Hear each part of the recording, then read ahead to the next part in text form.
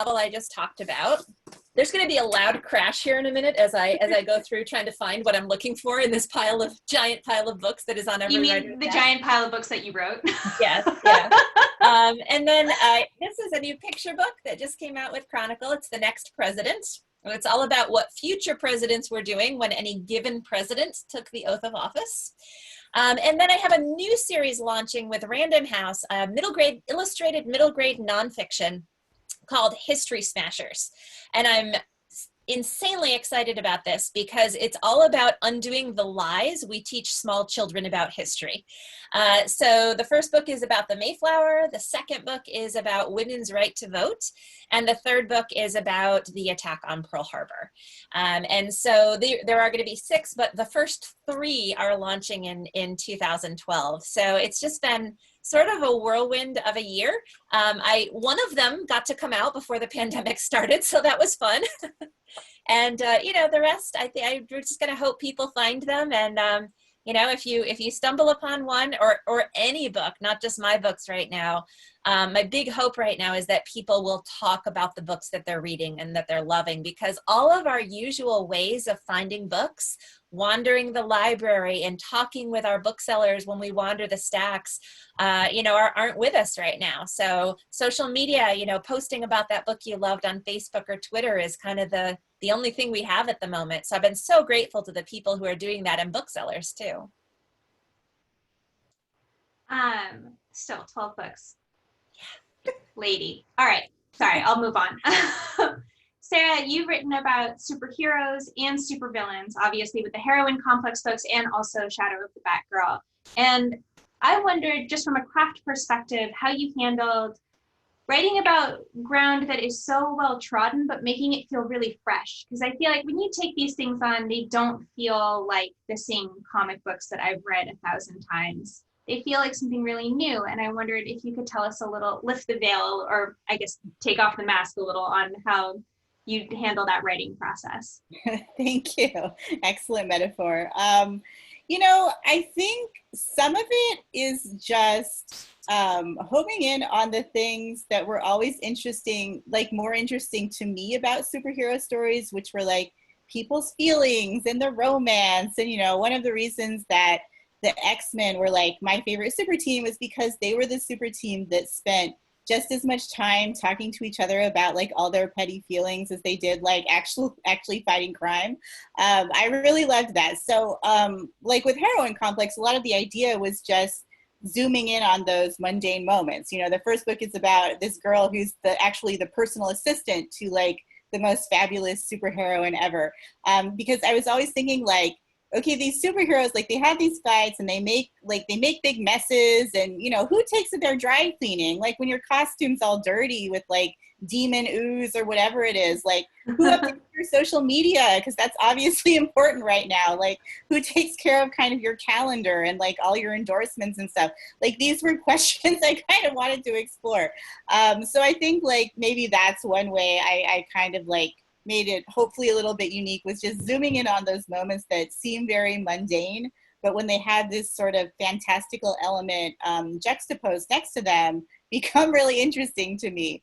And that was also a little bit the case with Shadow of the Batgirl. This is for DC Young Readers line. It's a newer line. It's meant to kind of introduce new readers and younger readers that you don't have to know 500 years of continuity, which I know can be very intimidating when you're trying to read comic books. So kind of like what they said with that line was, we want these to be maybe less about kind of the mechanics of superheroing and more about the sort of emotional moments that take place in between those. And obviously, since they're all middle grader YA, a lot of them are coming of age stories. So you're dealing more with like what that hero's sort of feelings are, like, rather than maybe spending as much page time on the actual saving the world part. There's still, fun battle scenes and stuff like that. But, I was like, can I have like 3 scenes of them in Batgirl just like eating in a noodle shop?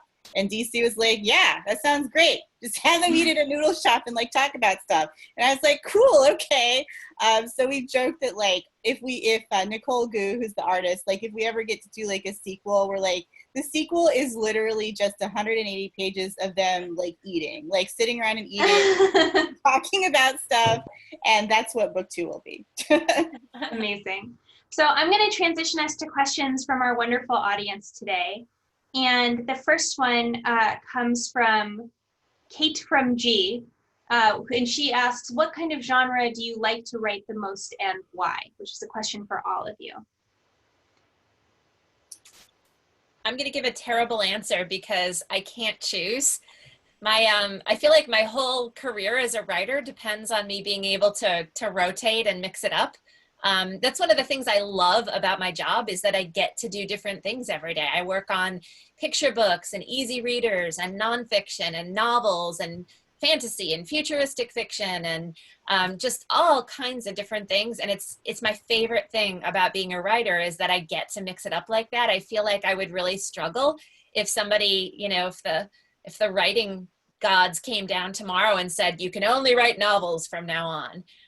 For me, it's really great because it gives me a kind of a second writing wind every day to be able to work on something different, after lunch. And so I think I would be a lot less productive if I couldn't do a lot of different kinds of things. So that's my terrible non-answer to that question. I mean, my favorites, I think are pretty clearly fantasy and contemporary romance. And I feel like the best thing for me is when I can combine those a little bit. So Heroine Complex was kind of like my attempt to combine like fantasy and contemporary romance and, all of these things that I sort of loved reading growing up.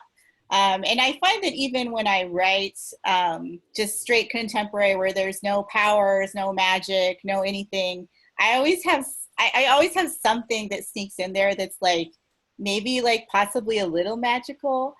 Like in I Love You So Much, there's like this tanuki that keeps showing up who's like a raccoon dog, and it's like kind of a funny little motif through the book. But I felt like when I was writing it, I almost had the sense of like that maybe this like statue that's the tanuki is like real and comes to life and like talks to them, and that's like sort of under the surface. So I think my best, which also is a little bit of a cheat answer, but it's just when I can kind of take the fantasy elements and contemporary romance and combine them a little bit.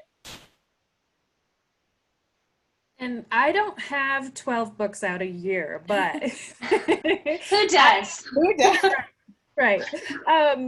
So like I said, Mary's my first book and it's my only contemporary. I've written like while I was on sub with it. I wrote a whole bunch of other YAs in middle grade and they're all speculative fiction. And I'm the same way, Sarah. I like to do like if an indie director got a big budget blockbuster movie that like I like to do the quieter stuff in the speculative fiction. So I really liked your answer. And now I'm gonna go get all your books and use them as comps for everything. Suzette Williams would like to know, how did you transition from teaching to writing and getting published? What advice would you give to a teacher aspiring to do this, but at a loss for time and ideas? I really had a hard time flexing my creative muscles in the classroom and then like outside of that in writing. I know some people do. I couldn't do it. My husband didn't join the military until I had been teaching for 8 years. And then when we moved, I stopped teaching so that I could stay home. We have 3 young kids. And I think like I started like actually writing like 2 complete novels as a creative outlet. So maybe summer break is my advice if you want to do that. I do have friends who write and teach. It just wasn't something that I could do. It was until I had like the monotony of being a stay-at-home mom to toddlers and like folding laundry that I could daydream and flex those creative muscles there. Kate, I know you did some of it simultaneously, right? I did. My first 6 books came out while I was teaching full time. And Was that in like 1 month? No, no, it was over a span of years.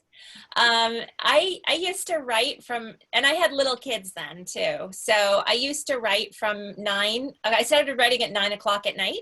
My husband works nights, so he's a TV meteorologist. So he would pop home for dinner, and then by 9 o'clock at night, he would go back to work to do the 11 o'clock news. The kids would go to bed, and that was my writing time when I was teaching. So I would start writing at 9 o'clock at night and write until 11 if I could last that long, or a little later if I could last longer, or sometimes 9:15 if I couldn't. But the thing is, you can write a novel in a half an hour a day if you really use that half an hour. And a lot of it for me is what I tell myself about writing. Because right now, like, I will have days where I'm like, well, I have to Zoom at 3 o'clock. I can't get any writing done. And that's just silly, Kate, right? Like, you've got from 7 a.m. until 3, you could probably settle in and, and do some writing. So I think a lot of it is the story that you tell yourself. And I was able to tell myself, I really want to write, and this is the time I have. Summer, as Shannon said, is a great time too. And I'm going to put in a little plug. I run a free online summer writing camp for teachers and librarians. It's called Teachers Write. And if you just go to my website, katemessner.com, on the homepage, you can sign up for my newsletter, and then it will get delivered to you every week this summer. We do writing prompts. We have guest authors. I think this summer we're going to do some live Zoom sessions with guest authors too. So, but it's a good way to get writing every day, and just a little bit of time each day makes a big difference. I feel so personally called out because whenever I have a Zoom event, I'm like, I clearly can't get any writing done today. Right? I do the same thing. I do the same thing. I shan't. Yeah. Okay. This question comes from the Venerable Valerie Lewis. She would like to know, and I would like you guys to tell me, how do authors feel they will promote their books during this time of COVID-19? I'm going to write more books. I mean, I will do some Zoom sessions like this, and I'm a teacher still, so I teach writing workshops, and I'm going to teach a lot of online writing workshops this fall. I'm excited about that, and do some of those sessions with libraries this summer. And I do staff development too. So I'll do online events like this, but honestly, I'm mostly going to just write my new books, because new books are good for promoting old books. And that's what I can do. Like, the one thing that's in my control right now is writing a book. So that's kind of my plan. That's the advice I'm going to take with me. I think I needed to hear that.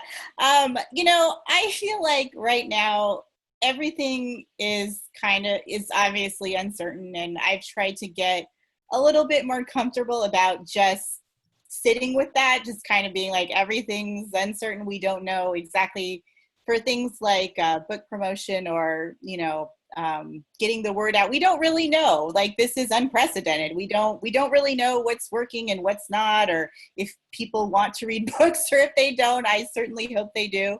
But I've been trying a little bit of everything. I've been asked to do a lot of these Zoom panels. I'm doing those. I'm kind of thinking about, like, I have a book out in July, and I've kind of been thinking about, like, what would be maybe a fun creative thing to do to launch that isn't the typical bookstore event, since I really don't see any world where a typical bookstore event happens in July. But I think that it's just we're just kind of like trying different things and seeing what works and seeing what people respond to. And I will say it's been really lovely to see the response to a lot of these virtual events. I do think that actually, because they're not dependent on you being physically in a certain place, that it's opened things up a little bit. I did Y'all West a few months, or when was that? A couple months ago? I don't know. No, that was like 2 weeks ago. Yeah, like, time has no meaning. Was that a year ago? I don't know. But it was interesting because I've done Y'all West before, at the actual place, and it's always lovely and it's always lots of fun, and there are great crowds. And with this, y'all, it was interesting because it felt like our audience was international. It was like all different time zones. It was people who maybe had some different questions than usually come up. It was all ages. So there was something about that even though I very much look forward to when we can have, in person, awesome, y'all West again. It was kind of fun to speak in front of an international audience who wasn't maybe constrained by a time zone or a location. So I think we'll just kind of see how things keep developing. And I love that people are sort of coming up with these innovative different ways of talking about books. I am not gonna lie, it has not been easy to debut during a global emergency. And I know Maggie can understand that. It's hard when I don't have like a backlog of like, oh, I know this person from this event. And like, it's been, I've had to get creative, but luckily I am active on social medias and pretty loud there too. And I've done some fun stuff and like I ran a contest before my book came out to for kids to build their own submarine, and they did all kinds of crazy things. It was amazing. I got like 30 different entries of homemade submarines from all over the world. It was really cool.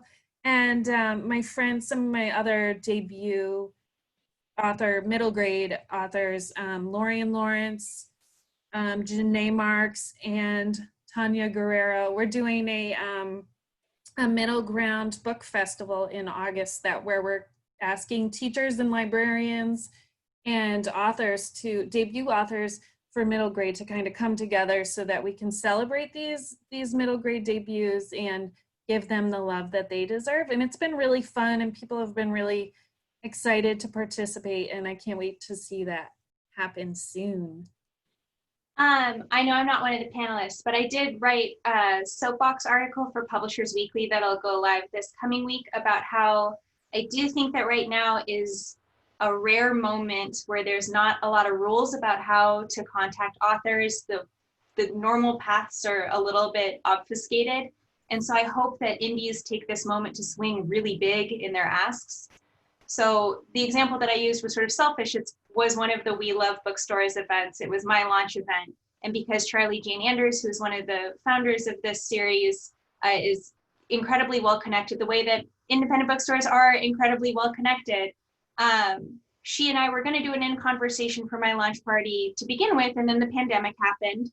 And she was like, okay, well, who's like your Swing for the Fences author you'd have come out with you? And I was like, you were my Swing for the Fences author. I was like, maybe think on it. And so I did. And I was like, actually, Victoria Schwab is like I love her. And if she ever made eye contact with me, I would be really excited. And Charlie Jane was able to get her. And because we are all under the same global lockdown, she was able to Zoom in from France to join our event. And as nice and as kind as she is all the time, I do not think that she would have flown in from France for my launch party if this weren't happening. And so I do hope that indies take this moment to like really swing big. Just ask for the biggest authors you've ever wanted to host. And if you're feeling incredibly kind, pair them up with a debut whose work you believe in, because that debut, if that's their launch party, they're going to bring all their friends and family into the event. And the famous author whose friends and family have become very weary of coming to all their events will bring in all their fans. And between the two, you will have a big event. So sorry, I'm not a panelist, but. Hey Maggie, before you step back out of not a panelist, I'm just noticing that I have at least a couple teacher librarian friends in our participants who would really like to hear about your book. Will you give a quick? Oh, I feel so bad. Please. Oh, do it. I'm looking, and I know like Donna, and I just think there are people here who would love to hear about it. Thank you. I wrote a young adult novel called The Mermaid, the Witch, and the Sea, which is a queer love story that has all the things that the title promises: a gross mermaid, kind of a selfish witch, and a sentient sea. So it's a coming of age story. It's got magic and murder and kissing and all the good stuff. So we've got just a couple minutes left here. Somebody wanted to know how many hours in the day does Kate Messner have? I think, unfortunately, it's the same as the rest of us. She's just making us all look bad. Yes.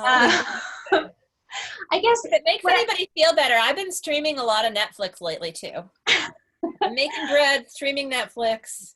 I guess let's end with, what are y'all reading right now that is lighting your fire? Because I do feel like it's hard to find the right book for all of us right now. A lot of people are saying that they're in reading slumps. And so if there's anything that's kind of helped you pull out of a reading slump, I would love to know what it is. I am reading Normal People by Sally Rooney. I just binged the show on Hulu and I loved it. And now I'm reading the book and it is lovely and perfect. And it's making me think in smarter ways. So Normal People. I have actually had a little bit of a problem reading, which is sad because it's like one of, I think as authors, it's like one of our joys in life. But between deadlines and the situation and everything, I feel like I haven't been reading all these books I really want to read. But I think right now, a lot of what I'm reaching for is joyful comfort, like just things that suck you in and don't let go. And so I would say like some things I've been really wanting to revisit are Helen Huang's books. She writes adult contemporary romance. Her first book is called The Kiss Quotient. The second one is called The Bride Test. And I think she has a third one coming out next year. But she is she has so much empathy in her writing. She just like, you can tell she really cares about the characters. You can tell that like, even when she's putting them through so much angst and difficult things, she kind of wants to give them a hug, and that makes me want to give them a hug too.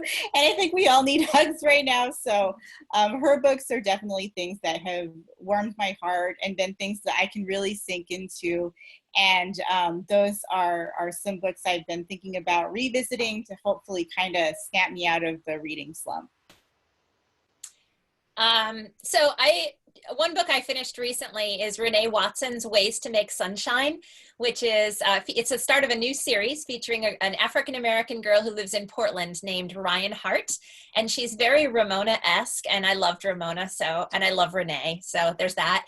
And so that's for elementary readers. And then for middle grade readers, for middle school readers, I'm reading an advanced reader copy right now called Anna on the Edge, about a figure skater who is figuring out that they are non-binary. And that's by AJ Sass, and it's spectacularly written, and I love figure skating and fresh, great stories. So, and really enjoying that one. I believe it comes out this fall.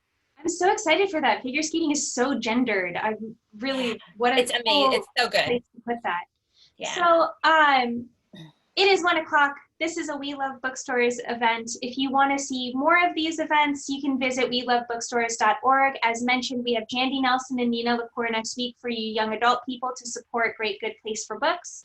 And we have Jennifer Choldenko, Avi, and Amy Lucido in conversation on May 29th to support Town Center Books. But right now, we're super excited to have Valerie from Hickleby's here to say a couple words to y'all. Mostly just thank you. That support. This is a rough time. We are in our 41st year. I must have opened the store when I was 12. And it's the first time we've had ups and downs. The big giant chain stores came in and all of different kinds of things happen. But this was kind of like stopping everything in its tracks. But now that's the bad news. The good news is, we are in a completely different time right now. My biggest worry, the thing I'm most concerned about is I can't measure what's going to happen in 2 months from now and make decisions about that. But what I can do, and this is such a perfect example, is think that right now we have an opportunity to do business differently. We're not going to be. That's why I asked, how are you going to promote?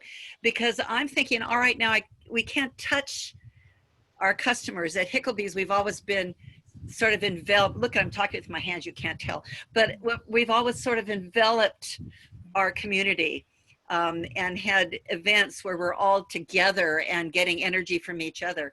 And I'm really busy right now trying to think of how to do that same kind of thing when we're sort of face to face, virtually.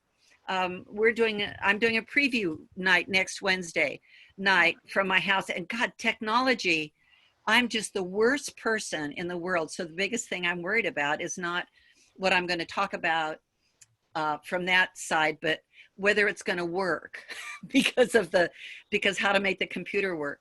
But I think there's a lot that we're going to be able to do. And I think in terms of authors, I think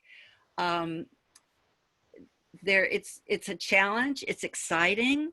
Let's figure out how between us we can get those books sold, get people to know about them. And I think that's by continuing to keep an open conversation with each other.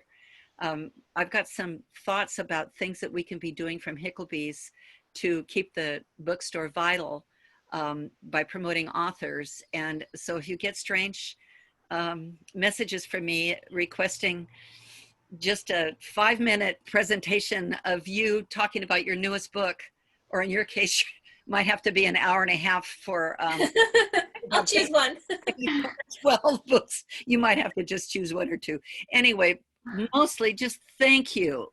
We are all intermixed like one big family. Without you, the bookstores wouldn't exist, and we're all, it's just that perfect circle. So let's keep it going. And thank you so much for doing this today. Thank For you. all the bookstores that you are supporting. And thank you for everything you do, Valerie. And thank you for hosting, Maggie and everybody. Thank you, Well, everyone. What a great hour. Thank you so much. No, thank you so much. As we mentioned before, all the money that you guys paid for your tickets here today goes straight to Hickleby's, but you can also place orders with them online and things like that, and I highly recommend.